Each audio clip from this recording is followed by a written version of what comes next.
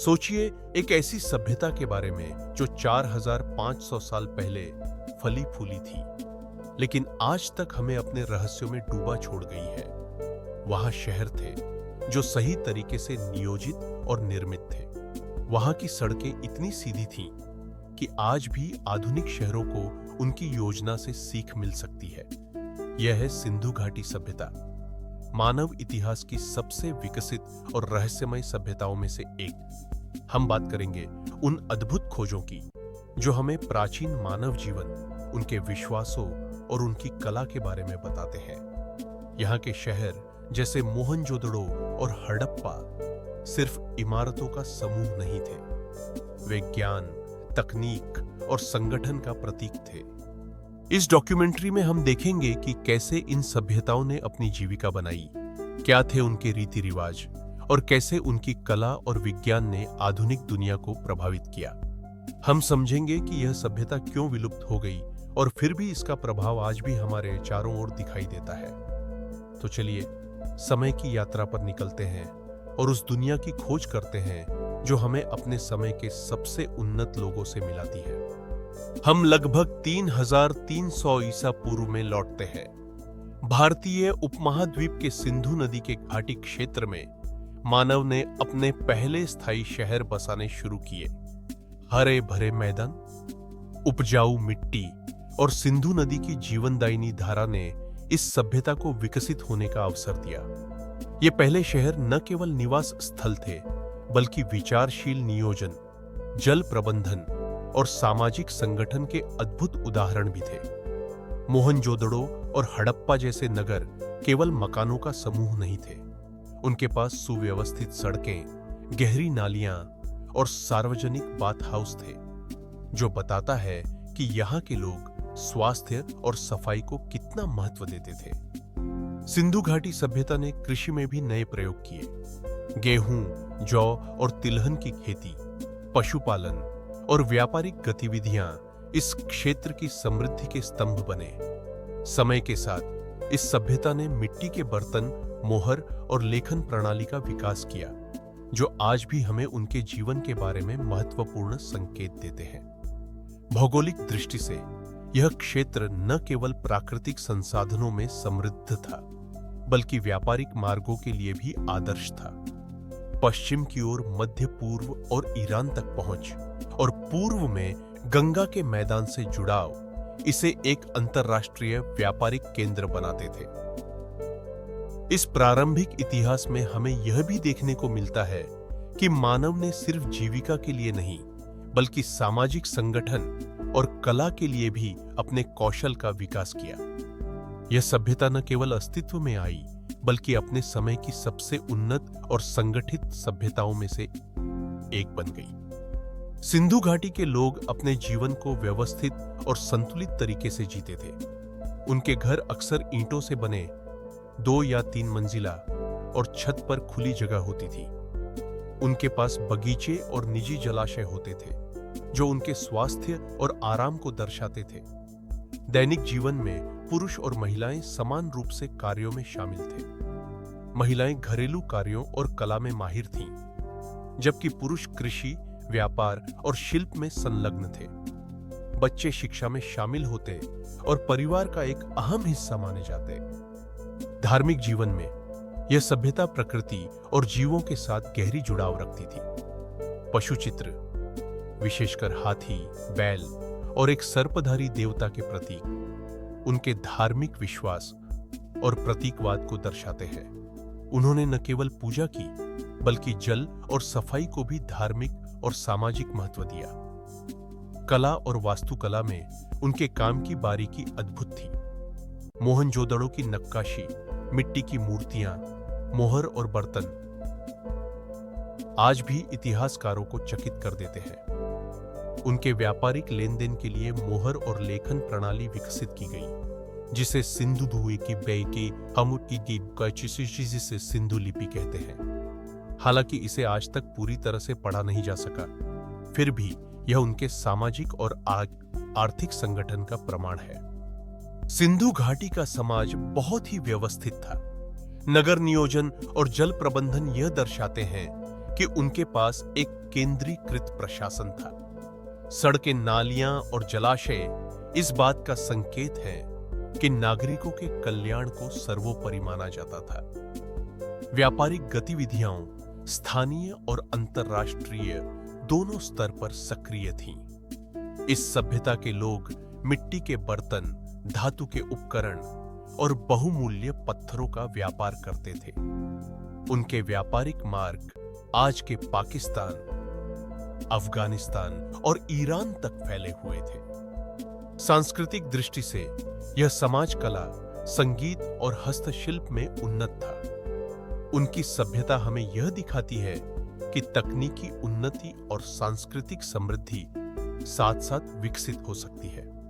संक्षेप में, सिंधु घाटी सभ्यता सिर्फ एक प्राचीन शहर नहीं थी।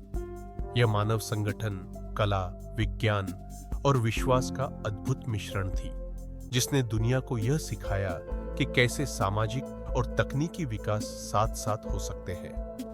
सिंधु घाटी सभ्यता की सबसे बड़ी विशेषताएं उसके नवाचार और तकनीकी कौशल में छिपी थी। यह सभ्यता अपने समय से सदियों आगे थी। मोहनजोदड़ो और हड़प्पा जैसे नगरों की शहरी योजना आज भी आधुनिक नगर नियोजन में मिसाल मानी जाती है। उनके घर नियमित रूप से ईंटों से बनाए गए थे, सड़कें सीधी और चौड़ी थीं, और नगरों में जल निकासी की प्रणाली इतनी परिष्कृत थी कि बारिश का पानी आसानी से बाहर निकल जाता था।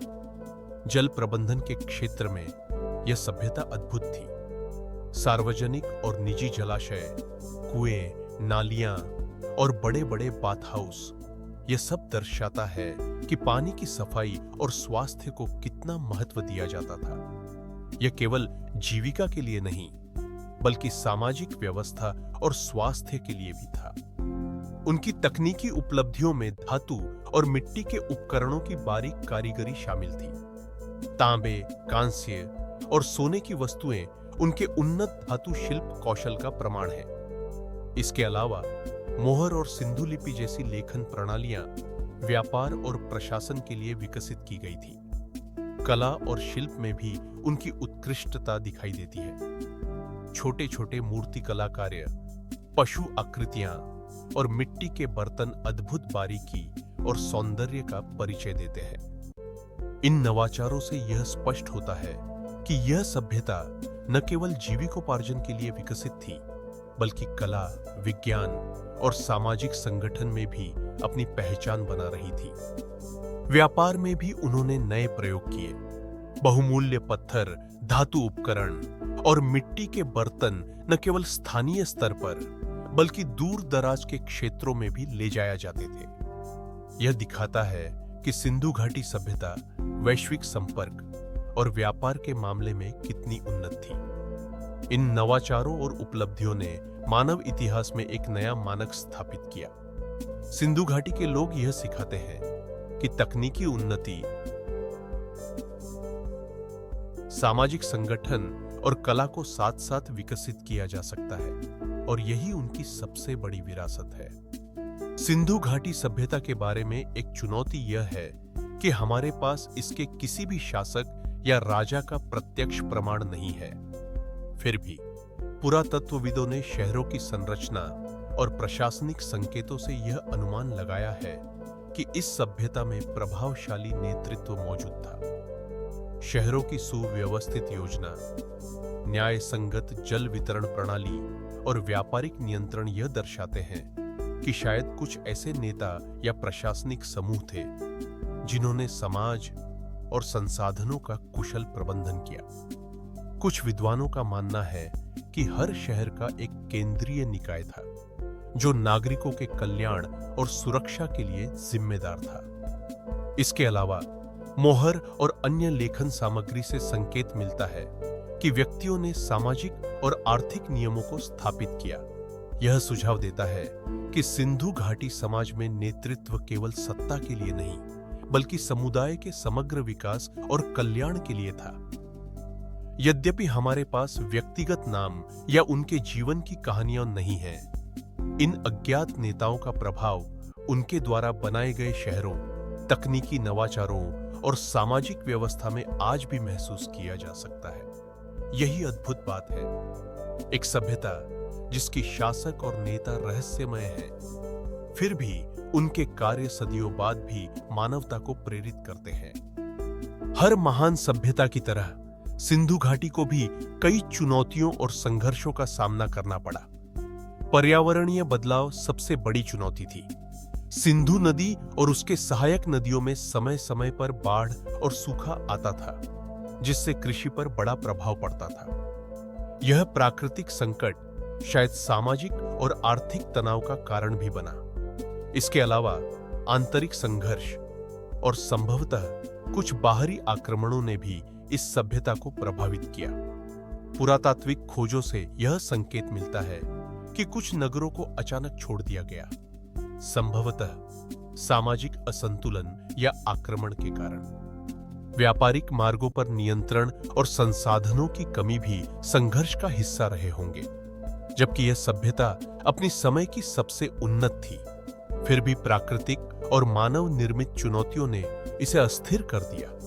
इन संघर्षों के बावजूद सिंधु घाटी के लोग अपनी कुशलता और नवाचार के माध्यम से इन चुनौतियों का सामना करते रहे। उनका जीवन और उनकी उपलब्धियां यह दर्शाती हैं कि उन्होंने हर कठिनाई का समाधान खोजने की कोशिश की। इन संघर्षों और चुनौतियों की कहानी हमें याद दिलाती है कि सभ्यता केवल उन्नति और विकास के बारे में नहीं है, बल्कि स्थिरता, अनुकूलन और कठिनाइयों के बावजूद जीवन जीने की क्षमता के बारे में भी है। सिंधु घाटी सभ्यता के पतन की कहानी आज भी इतिहासकारों और पुरातत्वविदों के लिए एक रहस्य है। यह सभ्यता अचानक नहीं मिट गई, बल्कि धीरे धीरे अपने प्रारंभिक गौरव से परिवर्तित होती चली गई। कुछ विद्वानों का मानना है कि पर्यावरणीय बदलाव, जैसे सिंधु और उसकी सहायक नदियों का मार्ग बदल जाना, बार बार बाढ़ या सूखा मुख्य कारण हो सकता है। कृषि पर निर्भर इस सभ्यता के लिए यह संकट विनाशकारी साबित हुआ। साथ ही सामाजिक असंतुलन और शायद बाहरी आक्रमणों ने भी इसे कमजोर किया। कुछ नगर अचानक छोड़ दिए गए और लोग नए क्षेत्रों की ओर पलायन करने लगे। यह परिवर्तन धीरे धीरे संस्कृति और आर्थिक संरचना को बदलने लगा। हालांकि सभ्यता पूरी तरह से समाप्त नहीं हुई। इसके नवाचार, तकनीक और सांस्कृतिक दृष्टिकोण आसपास के क्षेत्रों में फैल गए। सिंधु घाटी के लोग कहीं और बस गए और उनके ज्ञान और कला के अंश अन्य सभ्यताओं में समाहित हो गए। इस तरह पतन केवल खत्म होना नहीं था, बल्कि परिवर्तन और नए रूप में अस्तित्व बनाए रखना भी था। यह हमें यह दिखाता है कि सभ्यता कभी केवल इमारतों या शहरों तक सीमित नहीं रहती, बल्कि उसके विचार और नवाचार समय के साथ विकसित होते रहते हैं। आज सिंधु घाटी सभ्यता केवल प्राचीन इतिहास की एक कहानी नहीं है, यह हमारे आधुनिक जीवन में भी छिपे संकेत देती है। नगर नियोजन, जल प्रबंधन और साफ सफाई के नियम आज भी आधुनिक शहरों के लिए मिसाल है। पुरातात्विक खोजें, जैसे मोहनजोदड़ो की विशाल बाथ हाउस, हड़प्पा के घर और कला के नमूने हमें प्राचीन मानव जीवन की समझ देती है। ये खोजें यह बताती हैं कि हजारों साल पहले भी मानव ने सामाजिक संगठन, तकनीक और कला में अद्भुत उन्नति की थी। इसके अलावा सिंधु घाटी सभ्यता भारतीय उपमहाद्वीप की सांस्कृतिक और ऐतिहासिक जड़ों को समझने में मदद करती है। यह दिखाती है कि विज्ञान, कला और समाज का संतुलन मानव विकास के लिए कितना महत्वपूर्ण है।